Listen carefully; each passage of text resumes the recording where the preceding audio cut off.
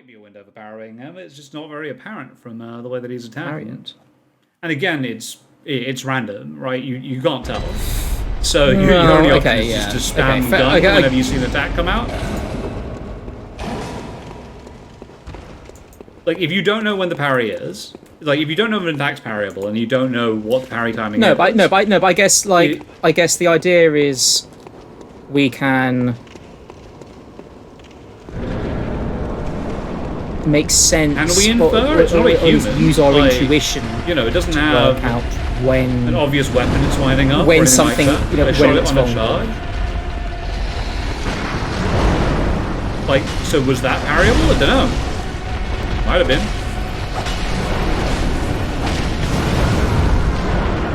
I mean, alternatively, we don't worry about parrying. We just go for the tried and tested tactic of we've got a big thing which, you know, is walking, you know, on its legs. We just circle around it and attack its legs and make its ankles bleed.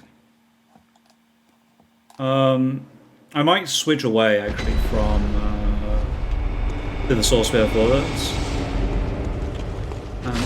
The reason is because that thing is gigantic, and you need, like, the whip sword is very, very good against multiple enemies. It's not great against any single one. Agreed.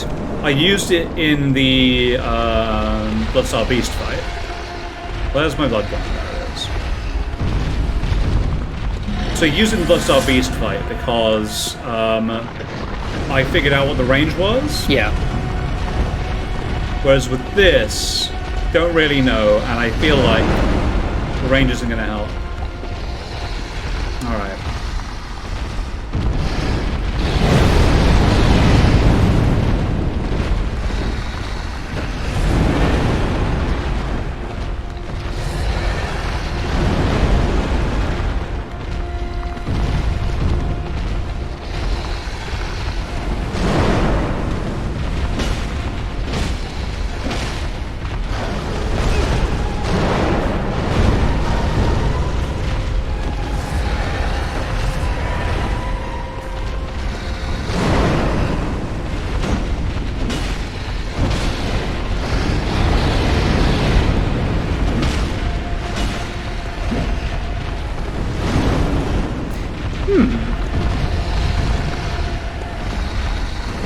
Okay, no. So it can swipe to either direction.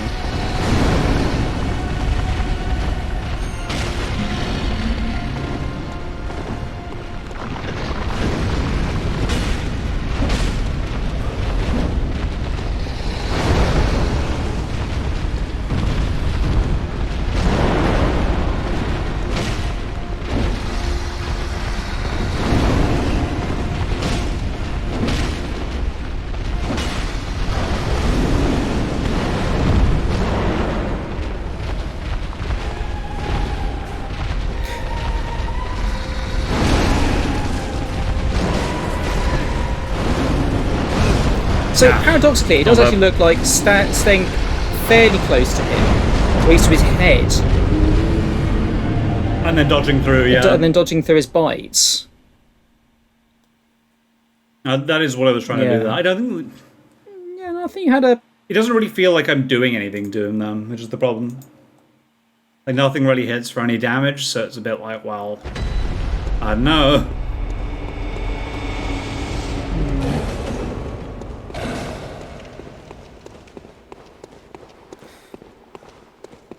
One thing we may want to consider that is your armor, or clothing. Oh, I can switch back. Yeah, just should we just quickly just see what's got better fire defenses? Oh, are these literally the only two ones you've got? Fire defense isn't listed. Yeah, and fire's there, isn't it? Oh, yeah. I mean, these are the only two I've got, and they're the only two that are available. So you should there should be some available in the shop. Oh, actually, wait a minute, you bought it. No, you bought it, didn't you?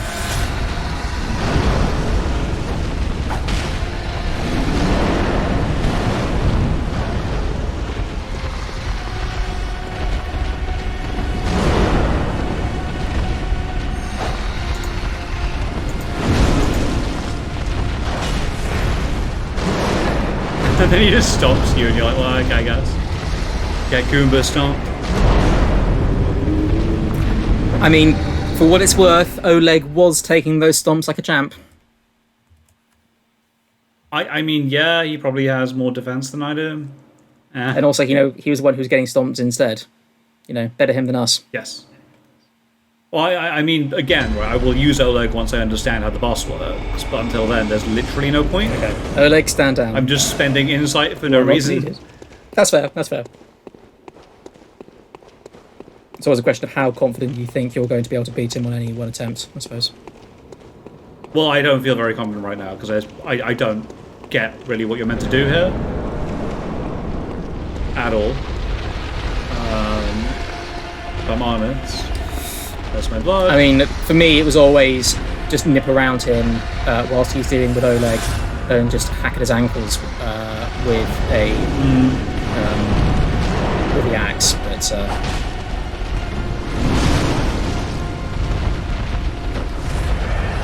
also, this boss really punishes you for being aggressive. Because if he hits you, he'll just wombo combo you.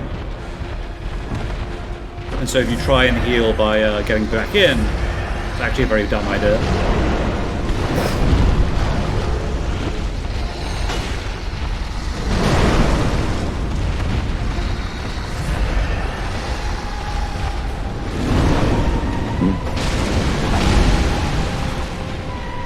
Oh, I got him. I don't know if that's... Because he didn't make the... he didn't make the sound. I think if you get his forelegs... Sorry? I think if you hit his forelegs with enough damage... See? Yeah. Oh, come on! It's like, no, they've worked out my weakness. I must kill them before they just finally figure it out. Just get one shot, mate. It's super easy. This, by the way, is why health is king. If I had more health, I'd just live through that, no problem. Yeah. And then, you'd have more opportunities to fight the boss rather than having something that one-shots you. Might be a plan to get my Souls Hunter's Mark out and then get more health, but I don't know if I'm on the threshold of surviving or not, so... Don't know. This is the product of the save system that the game has got, which is, it's not possible to really experiment. Well... It's not, right? Because if I tried that, and I got more health and it turned out it didn't work, I'll have spent the point. Yeah, okay, yeah. I mean, it I suppose that's one of the core design philosophies about the Soulsborne games, that, in a way, it is permanent and you can't undo your mistakes, specifically. Because if you could undo your mistakes, then obviously it would trivialise a lot of the challenge, I suppose. Trivialise the whole point of losing souls. I mean, yeah, it would, but... I mean, would it make for a more enjoyable game? I mean, possibly, quite possibly, yes.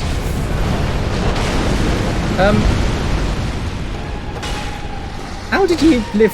Oh god, he's gonna. How did you live through that? Don't know. I just kept on hitting him. I think he's just as confused as I am. Oh boy, he's pissed.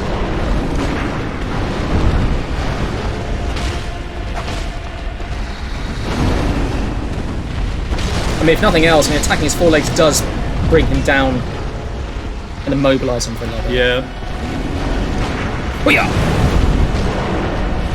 Well, at least you can live through that. Full health. Oh my god. Please put this on PC so it doesn't lag. It's lagging on your PS4? Yeah, it's lagging like crazy.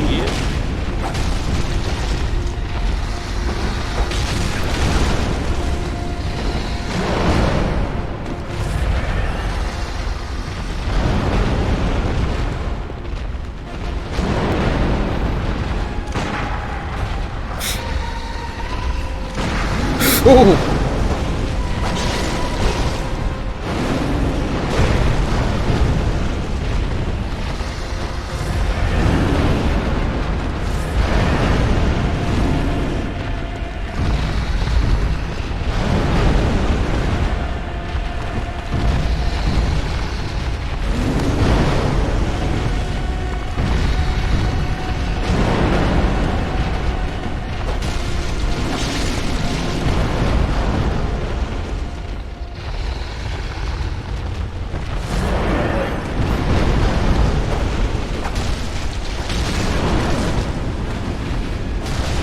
Oh no.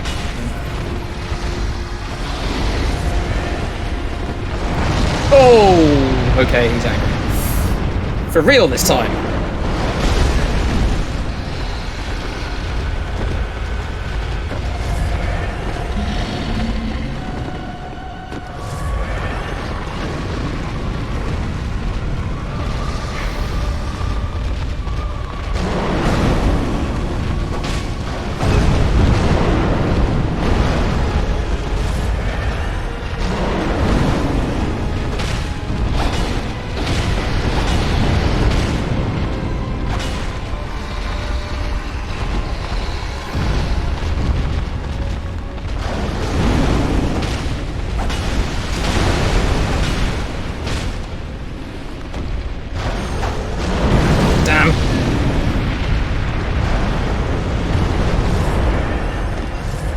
Alright. I might have him, maybe.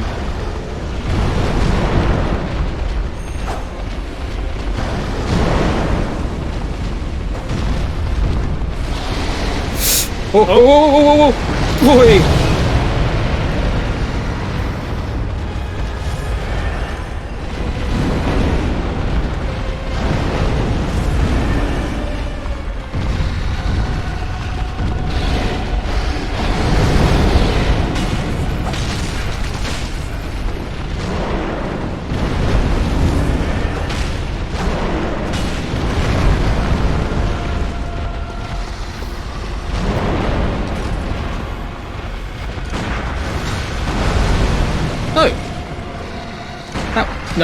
No, that wasn't.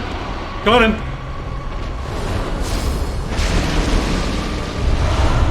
Easy peasy. Easy. Bone arrow ash. Okay, that's pretty satisfying. Bone arrow ash plus gun. What do you do? I mean, You stand at range and shoot at well, people. I mean, this is one option. I mean, blood tinge is what determines most firearms damage. So if you really want, you could consider investing some stats into blood tinge to increase the amount of damage. If you really like, the option of just going nuclear with a bone marrow ash boosted pistol. I mean, if that was the case, then what I would do is raise my strength by 1, take the double repeating pistol as my second weapon, and then apply bone marrow ash. I don't want to spoil too much, but there shots. is truly entertaining weapon is the best way to describe it. Truly entertaining weapon later on in the game, which it's a firearm, and it's great fun. Well, let me... If you have that boosted with bone marrow ash, it's just wrecks everything. But it costs. That's pretty But it funny. does cost like 1 million quicksilver bullets to use. So, I mean, remember, if you want to have levels just to enable you to use different weapons just as an option. Obviously, it's easier to do now, whilst levels are not super expensive. But your the amount of souls you get scales as you go through the game, it does. Right? It's just if you want to do it. Oh, okay, well, yeah, that's fair. That's fair enough. So that's never been really important, right? Because the relative value of a soul doesn't change as the game goes on, relative to a level up. I mean, yes. I mean, after a certain point, it will become. It obviously, you'll get far enough so that when you're leveling up at the end game. Welcome. What is it? All right, you know what? Well, let the echoes become your strength. Let me stand. That was weird. Yeah, that was weird actually. Welcome. Very well. Right, so I need to upgrade my strength by 1. Yes. I know this is weird, but it does let me equip the double gun thing that I want to use. Right, awesome. And then yes. If nothing else, a double repeating gun is it's badass. And yeah, let's get the repeating pistol and equip that instead of the flamethrower. There we go. If you want, you can give it a test run. What you might want to do though is just thinking about the blood gems that we've got. Possibly go and. Oh, let's inspect them. Oh, let me. I've already spent a resource. So. You can see, Cool. yeah, you can see that your number, It spends 2. and it just sounds much cooler.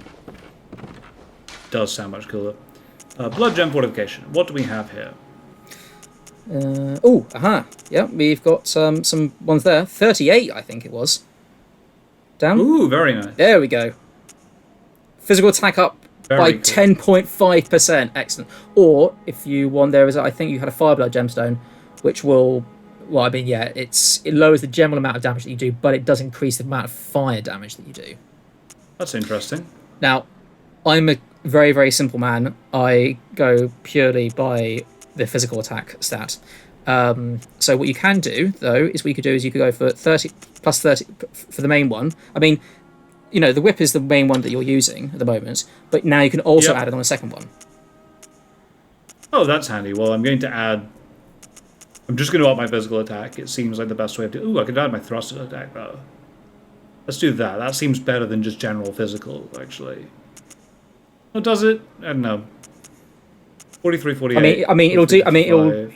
that will overall do more damage to enemies which are weak to thrust. And it may, who knows, I mean, it may open up opportunities for visceral attacking enemies that are weak to thrust. Fair enough. Alright, well, that's that. T? I think it's time we called it a day. I feel like that was a dungeon. that was a successful session. I feel like we really turned a corner. Did you enjoy that, Nat? Yeah, that was much better. I had more fun with that than I've had in the previous sessions. Yes, the last few sessions. Yes, we did have to go and cool off by having a very, very nice meal after a recording session last time, folks. Yeah. It was. And about what, 10 to 15 minutes of the argument is cut? So Yeah. Oh dear. So you're not okay. Fair enough. I didn't air most of it because I got very, very heated about this game. And I am thus heated today because I think the dungeon experience for this game is much... Well, firstly, let me just double check something to prove kind of the point that I was making.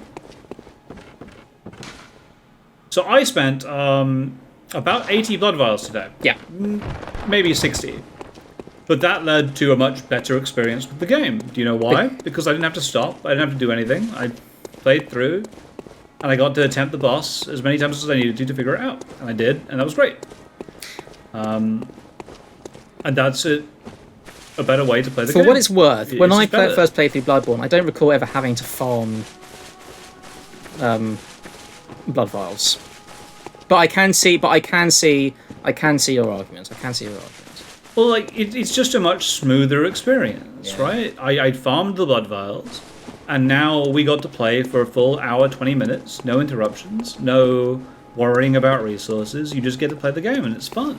Right? That's fair. I mean, I'm hoping this doesn't mean that between sessions you're now going to just resort to farming for a whole load of blood vials, like, for, an hour a week. I mean, once I get down to, 40, 50, I'm definitely going to farm for another 20 minutes to an hour or so each time. Fair enough. No, that's... I mean, I don't... Reasonably, T, I don't see a way of making this a smooth experience when I actually play without doing that. Okay. No, that's fair. Whatever we can do to make your experience in Bloodborne as enjoyable as possible, that's what I'm all about. Because I don't want you to end up, resenting Bloodborne. I know it's not for everybody, but I don't want you to end up resenting this experience. Because even though I am definitely not, I am not going to espouse Bloodborne's virtues as I no way am I going to claim that Bloodborne is the most amazing perfect game ever, that everyone should try it. But I do think it's a sort of thing where it's definitely worth somebody like you who has been on this little round trip of Metroidvanias, made by different developers. I think it is worth experiencing Bloodborne just to see how that design philosophy has translated into 3D in games of recent years. And I want you to enjoy it. I don't want us to go away with bad memories. Absolutely. And if all else fails, you know what? Like I said last time, I'll take over, and you can just watch me and comment on all the madness that goes Play on. through and be like, this is going on. Yeah, that's fair. Bloodborne, sort of blind. BB and a half B. Yeah, I don't really... I'm thinking about that dogfight, and I'm like, I don't really do that much that was different the final time, if I'm honest. You just got better. You just became one with your movements. Your motion was fluid. You were reacting like a hunter. Well, a couple of times I died. So the thread has been advising me that the response in Bloodborne is to be aggressive. Yes. And I just think that's wrong. I don't think that's how this game is played at all. I think possibly where the distinction between, the emphasis that many people place on being aggressive in Bloodborne, I think, is partly in contrast to the playstyle in Dark Souls, which is much more defensive, as in, like, you basically have to, a lot of Dark Souls is, especially if you're playing through it for the first time, is mainly spent just circling around an enemy, trying to, wait for an opening. Whereas with Bloodborne, you make your opening. You go in. That doesn't mean that you just go in blindly slashing everything. I don't think that's necessary. I don't think that's true from the way that I play, right, at all. And I try in that fight, right. I consciously went, "Oh, I'm dying. I should be aggressive and get in on this boss so I can get my health back," right? Because that's what a lot of viewers have explained to me that's what I need to be doing. That's potentially the flaw in the way that I've been playing. I just died for it. The moment I started backing out every single time and just waiting for the boss to create an opportunity, then going in, easy, right? Same with the Blood-Tinged Beast, right? Going in kills you. The way to beat him is to dodge and then wait for him to flail in the corner. I don't think they mean be aggressive by basically just going straight up to it and smacking in the face. I think it's much more about sort of actively engaging it and being very much in its attack zone, whilst definitely dodging, and not simply sort of say like standing outside its radius and sort of occasionally venturing in, dip in, dip out. I think with both the Bloodstained Beast and the Watchdog, I think you were very much you were around it. You were nipping at its heels, literally and figuratively. Yes, and skirting around that precipice of getting one-shotted. But in doing so, you were making opportunities for yourself to attack it, which you wouldn't have had if you had simply been standing back and trying to wait for them to attack you, because they'd have just whittled down your health. Yeah, I think I probably agree with that. You've got to be within attack range, for sure. Otherwise, you can't do anything. Ranged weapons are not really a thing in Bloodborne, as you've probably seen. We say that, and then I dealt 255 damage with my gun at the end? But okay, well, spoiler alert, bone marrow ash is not super common and not super available. No, I imagine it's not. That's what Molotovs are for. Yeah, but I mean, as we go on, Molotovs will become less and less useful. That's fair.